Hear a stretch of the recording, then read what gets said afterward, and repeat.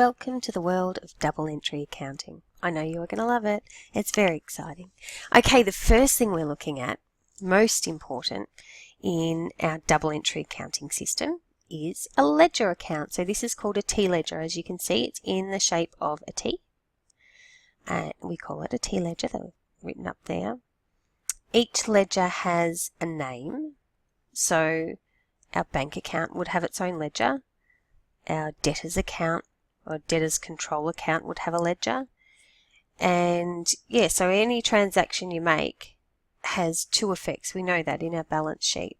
And so the names of the accounts that they affect, they will have their own ledger account. So you could quite honestly have hundreds of ledger accounts if you're a big business. Most smaller businesses wouldn't have hundreds, but there's a lot that you have to work with.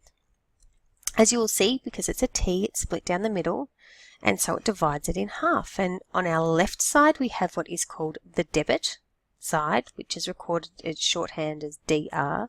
And on the right-hand side is where we record our credit transactions. They are CR.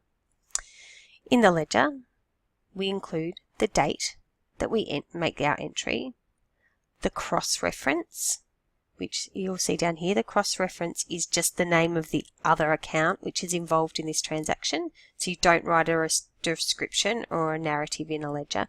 You just simply write, so if this is bank and we've received money from our debtors, for instance, and this is a bank ledger, then we would write here as our cross-reference debtors control account, debtors control.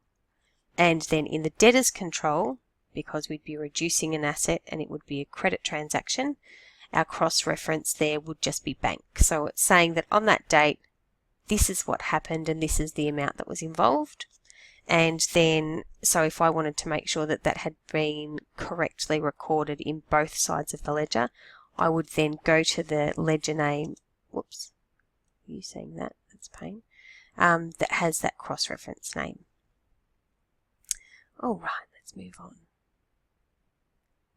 Let's see what happens. Okay, so every time you need to process an item, you must follow this three-step process. So you need to identify which ledgers are actually affected. For each account, what type of account is it? Is it an asset, liability, owner's equity, expense or revenue account?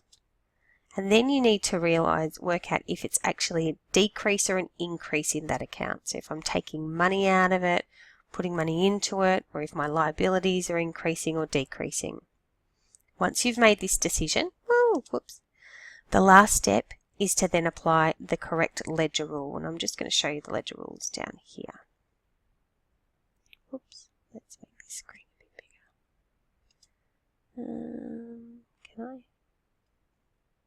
I? Okay, so the ledger rules are, if it's an increase in an asset, then you process it to the debit. So if I use bank, because that's nice and easy, we'll all understand money coming in or money going out. My bank account is an asset account, non-current or current asset, it doesn't matter. An increase is always recorded in the left-hand side of the ledger.